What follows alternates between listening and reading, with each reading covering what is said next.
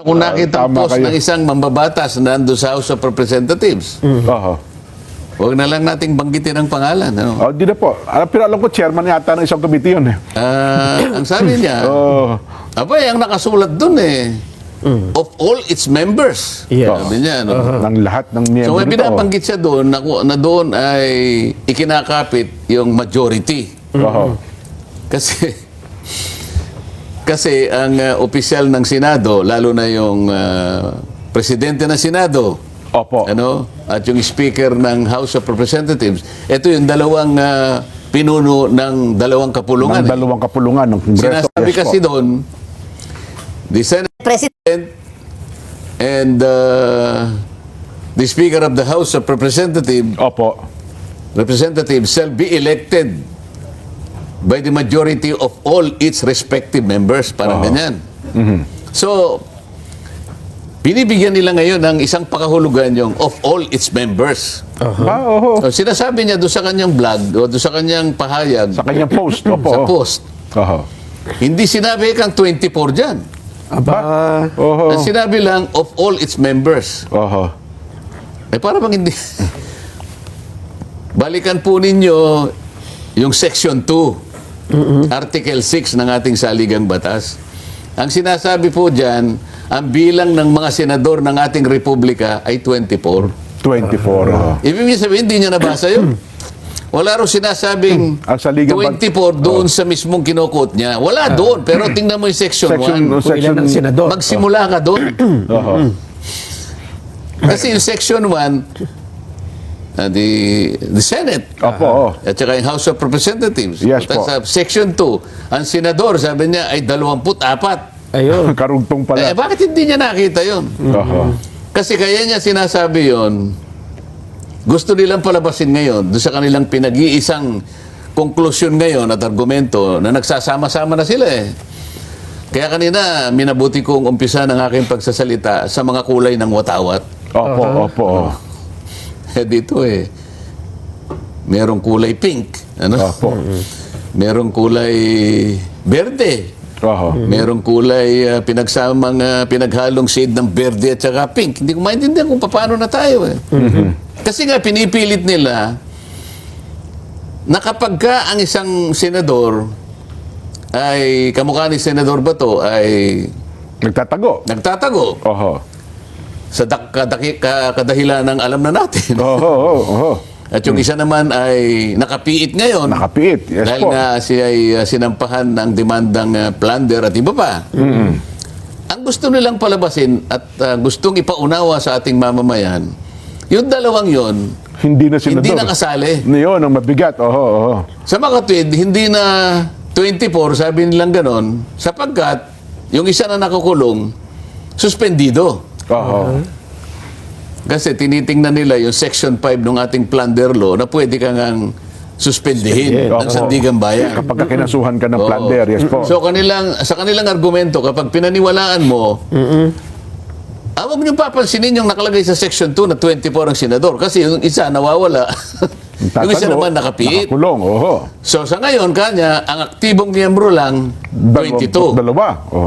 So ngayon, pag kinuwenta mo kanya yung majority, ang denominator mo, 22. Doon daw ibabase sa 22. Doon ibabase.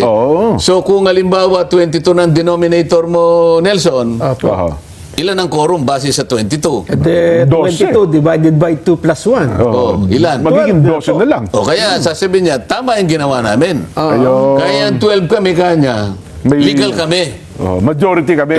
May quorum. Saan ka nakakitang pangangatwira na ganyan? At ito malulungkot ka, hindi ka lang malulungkot Siguro magtatanim ka ng Sama ng loob. sama ng loob. Siphayo siguro yan, ano? At siguro parang baka magkaroon ka pa ng feeling na pagka-siphayo.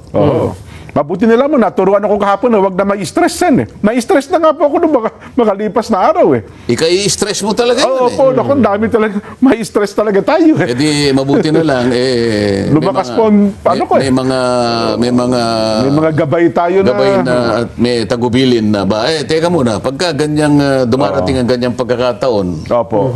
ganito ang gawin mo. Yan, huwag ka ma-stress. Huwag kang may stress, di ba? Oo, Pero itong mga ginawa nilang ito, pwede kang may stress eh. Ay, opo, ano yan eh, stressor eh, ka nga.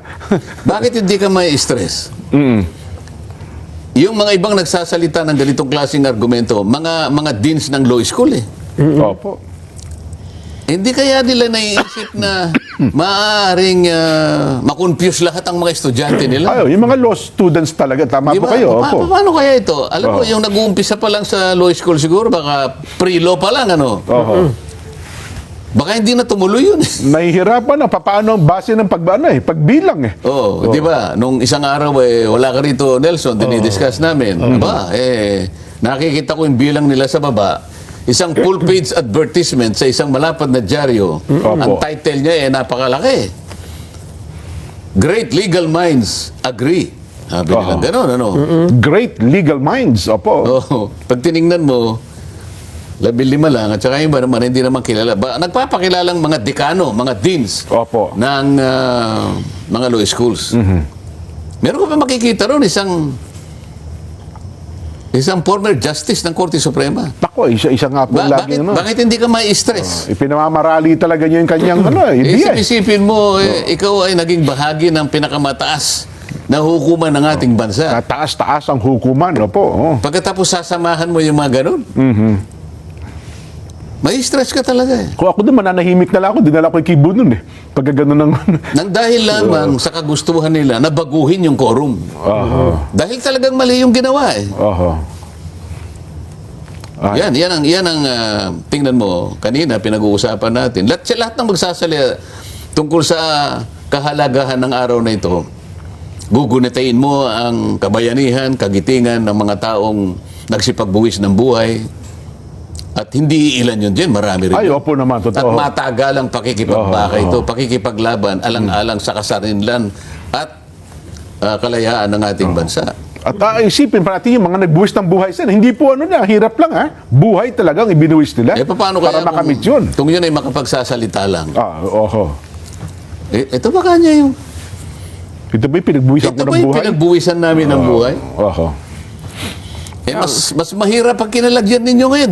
Yung kasing mga ibang kinalaban namin, mga banyaga ito eh. Mga foreigners ito na hindi nila alam ang kultura natin, pati yung kasaysayan ng ating mga kababayan.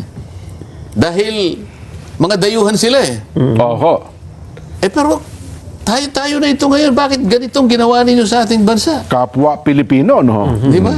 Ang masakit pa doon, Sen, sa araw mismo ng kalayaan, naka-lockdown yata yung Senado, hindi ba?